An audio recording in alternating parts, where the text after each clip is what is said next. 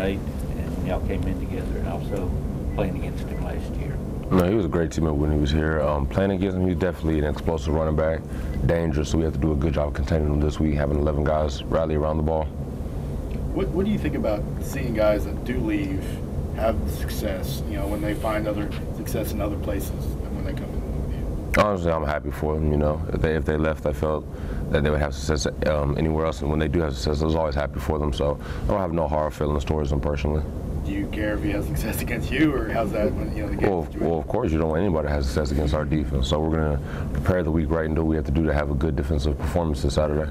Who was clicking for the pass rush this past Saturday? It seemed like even when you were going max protect, you guys were still sort of getting on. Honestly, just technique. So we've been practicing all week and all year, really. So it's good to see it, continue to have success with it in the game. So we're doing a good job of rehearsing and practicing and going hard Monday through Thursday and Friday. You guys did the ball out drill. That was a big thing last year, but it seems like it's even more successful in games this year. What is that difference between? I just feel like it's just something we just put emphasis on, and each week we do a good job of getting the ball out and scooping and scoring. So it's something that we've been doing for a couple of years now, probably since I've been here freshman year. It's definitely starting to show itself more in the game. Is it better in practice now than it did then too? I want to say it's better practicing. I mean, it's really hard to say. It's just something that we've been trying to put more of an emphasis on, and I guess you could say we've been practicing a little bit more than past years, but it's just one of the things where it's just kind of been happening. Does the defense go into games sort of expecting to score? No, you're not going in there saying we're going to score. We're just going in there trying to do our job, and just play every play, and each play have a life of its own. So, when we do score, you just try to take it, what it's worth, and just keep moving. What has there been more like up the middle pass rush? It seems like, especially this last week, maybe that was something y'all were able to take advantage of with Ruben and even Rashaan a little bit coming up the gut. It's always good when you can get our linebackers and engage in our pass rush. So, they love the pass rush too. So anytime we have a blitz, they're excited to, get going and get home. Is that new? Not new. Is that a little bit different, maybe more so than in prior years, or is that just? I feel like we do blitz, our linebackers probably a little more than we did in the previous couple of years. And I feel like that's a big part of why we're having so much success right now. It seems like there's at least an outside perception that you guys might struggle more with running quarterback. Do you think that's fair? Or do you think that's kind of every defense has a little bit more problems with guys who can run and throw? I guess that's fair to say. We have struggled with them in the past, but we're not really worried about that. We're worried about just doing what we have to do to get better every week. And there's a lot of running quarterbacks that we face in the SEC, so we're going to take that with a grain of salt and just keep moving.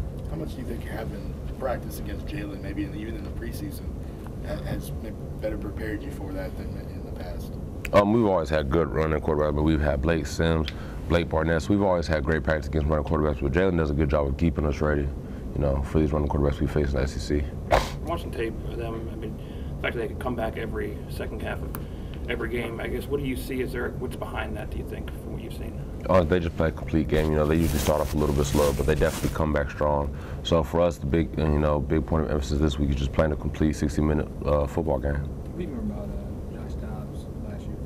Just dual threat. Can run the ball tremendously, throw the ball very accurately, very dangerous. So we have to do a good job of getting a lot of pressure on him and just containing him in the pocket. Did you see something from him? He had a second half comeback last year, almost bringing in the fourth quarter.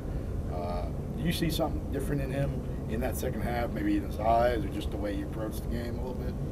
It's just resilience. Even though he might struggle in the first half, he never lets that affect him in the second half. He does a good job of being resilient and coming back strong. When the offense, Go ahead. Okay. When the offense sets up for a Hail Mary, what's going through your mind? For us? When you're on defense? For me, it's try to get pressure. Something we haven't faced this year, but in practice, that's just my job to get pressure. So hopefully it doesn't come down to that, but we'll deal with that when the time comes. Is Teron still talking about his touchdown? Oh, no, he's still not talking about that. He might make a joke every now and then, but no, not too much. Is this the biggest rivalry among the players? No, I want to say it's the biggest rivalry. No disrespect to any team. We take each team seriously, so this is the team we're playing this week, and this is the team we're going to give the most attention to right now. I know Eddie tweeted a picture of somebody put a flag on the Saban statue. Did you see any of that? And what are those kind of things? Did this kind of things have any effect on y'all? I seen it, and it's funny. Just those are the fans. None of the players do that. So we're going to continue to do what we have to do to get better. Go in here, have a good Tuesday practice, follow it with another good Wednesday practice, and just get ready for the game. How important is that cigar tradition to the players? You've gotten it 3 years in a row now. How important is that for those players to get that after the game? It's very important for the players. It's tradition. So whenever you can get the cigar, it's always you know, it's always a good thing because that means you won a game. So that's the biggest thing when it comes to that tradition. Do you look forward to it every year? Is that something that, you know, kind of sticks in the back of your mind, or you just, you know, happy when it happens? I'm definitely happy when it happens. You know, I'm not a big cigar smoker, so for me the biggest thing is just the game. Was that your first cigar that you smoked after the game? I don't even smoke them after the game. I just hold on to them. So yeah. You got a collection of cigars? I have a couple at my house, yes. Anything else? All right, thank you. Ooh, that's a good one. We're asking amongst My favorite live mascot. That's a hard question. I really don't know. I mean, I kind of actually like all the mascots because they all got their own little personality too. So I really wish they kind of had like a little mascot, like little event where they kind of like tried out and did whatever their little, you know, little activities and stuff like that. And we could see who the best is. some mascot Olympics. Yeah, basically. Yeah, that I actually go to see that. Yeah. Would you like to have a live elephant run you guys out of the tunnel? Absolutely. if they really could make that happen, I would be for it. Absolutely. Would you ride the elephant? Yeah, I'll ride it. Yeah, but Coach Saban probably wouldn't even let that happen though. So I mean, that's just a dream though. How intimidating? like it. How intimidating was Mike the Tiger at LSU and like? Wow, yeah, that was pretty crazy right there. I mean, just to have like a live animal right there sitting in your face. So that's why I would say like with the elephant, I feel like we could kind of, you know, match it with the live elephant and bring him out there. So that would be fun. At places like Tennessee where they have Smokey on the field, do you try to go find the dog during the game? I mean, I wouldn't go find it, but I would like to kind of like see what he looks like and kind of see him and stuff like that. But other than that, I mean, you know. Pet him if he comes. Yeah, a little pet or something. He probably might bite me though. Sorry to switch gears here. What did you see in the second half when you got more extended playing time with Ruben going out? Wait, say that again? What did you see in the second half when you got more extended playing time with Ruben going out? I mean, just with me going out there, like always, man, I always try to do what I can for the team. And when I got in there, basically my job was to, you know, basically fill in for him and pick up the, you know, pick off where he left off. And I feel like I kind of did that game. What happened on the one? You know, it looked like you kind of got blocked into him behind the knees, and obviously the flag. And yeah, yeah. I mean, a lot of people have been kind of talking about that one play.